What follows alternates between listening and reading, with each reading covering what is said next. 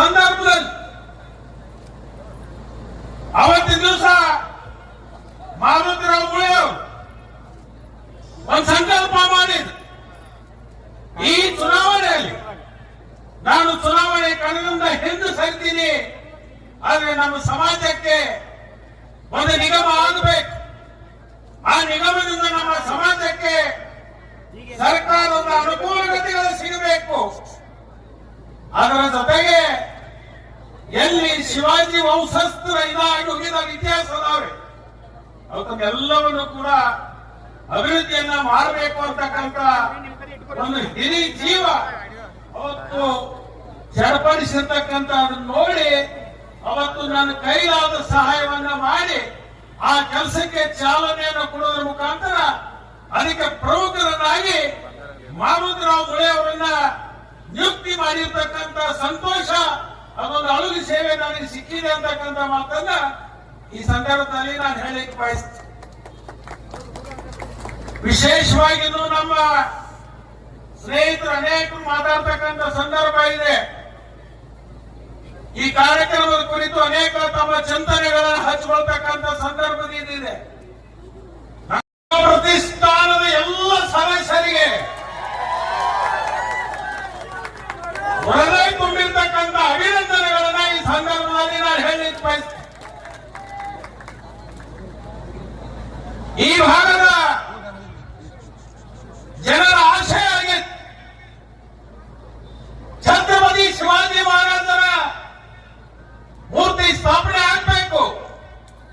ಹೊರಗಡೆಯಿಂದ ಬಂದಿರತಕ್ಕಂಥ ಜನರಿಗೆ ಮೊದಲನೇ ದರ್ಶನ ಶಿವಾಜಿ ಮಹಾರಾಜರ ಆಗಬೇಕು ಅಂತಕ್ಕಂಥ ಏನು ಅಪೇಕ್ಷೆ ಇತ್ತು, ಆ ಅಪೇಕ್ಷೆಯನ್ನ ಇವತ್ತು ಈಡೇರಿಸಿದ್ರೆ ನಿಮಗೆ ನಾನು ಅಭಿನಂದನೆಗಳನ್ನ ಈ ಸಂದರ್ಭದಲ್ಲಿ ಹೇಳಲಿಕ್ಕೆ ಬಯಸ್ತೇನೆ. ಬಹುಶಃ ಬಹಳಷ್ಟು ಜನ ಶಿವಾಜಿ ಮಹಾರಾಜರ ಇತಿಹಾಸ ಬಗ್ಗೆ ಮೆಲುಕು ಹಾಕಿದ್ದಾರೆ. ಇನ್ನು ಅನೇಕರು ಮಾತಾಡ್ತಕ್ಕಂಥ ಪ್ರಸಂಗ ಇದೆ. ಆದ್ರೆ ಒಂದು ಮಾತನ್ನ ಇಲ್ಲಿ ನಾನು ಹೇಳಲಿಕ್ಕೆ ಬಯಸ್ತೇನೆ. ನಾನೊಬ್ಬ ಶಿವಾಜಿ ಮಹಾರಾಜರ ಅಪ್ಪಟ ಅಭಿಮಾನಿಯಾಗಿ ಈ ಮಾತನ್ನ ಹೇಳಲಿಕ್ಕೆ ನಾನು ಬಯಸ್ತೇನೆ. ಶಿವಾಜಿ ಮಹಾರಾಜರು ಸರ್ವ ಜನಾಂಗಕ್ಕೆ ಒಂದು ಕೊಡುಗೆಯನ್ನು ಕೊಟ್ಟಿರ್ತಕ್ಕಂಥ ಮಹಾಪುರುಷರು. ಅವತ್ತಿನ ಕಾಲದಲ್ಲಿ ಜಾತಿ ಮತ ಪಂಥಗಳಿರಲಿಲ್ಲ. ಆದರೆ ಅಂತ ಒಂದು ಸಂದರ್ಭದಲ್ಲಿ ಎಲ್ಲರೂ ಒಗ್ಗೂಡಿಸಿ ಹಿಂದೂ ಸಾಮ್ರಾಜ್ಯವನ್ನ ಸೃಷ್ಟಿ ಮಾಡಿರ್ತಕ್ಕಂಥ ಮಹಾಪುರುಷ ಯಾರಾದ್ರೂ ಇದ್ರೆ ಅದು ಶಿವಾಜಿ ಮಹಾರಾಜರು ಅಂತಕ್ಕಂಥದ್ದು ನಾವ್ಯಾರು ಮಣಿಲಿಕ್ಕೆ ಸಾಧ್ಯ.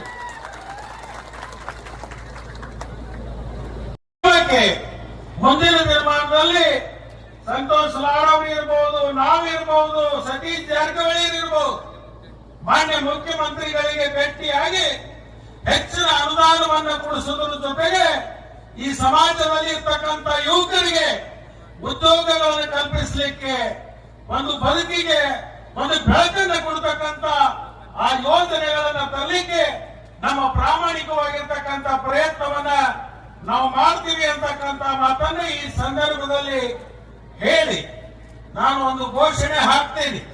ಆ ಘೋಷಣೆಗೆ ನೀವೆಲ್ಲರೂ ಧ್ವನಿಗೂಡಿಸಬೇಕು ಅಂತ ಹೇಳಿ ಈ ಸಂದರ್ಭದಲ್ಲಿ ನಾನು ಕೇಳ್ಕೊತೀನಿ. ಜೈ ಭವಾನಿ. ಕೈ ಎತ್ತಾರೆ, ಯಾಕೆ ಊಟಕ್ಕೆ ಹಸುವಾಗಿದ್ದವನ್ನ ಏನಾಗಿತ್ತು ಒಂದು ಊರ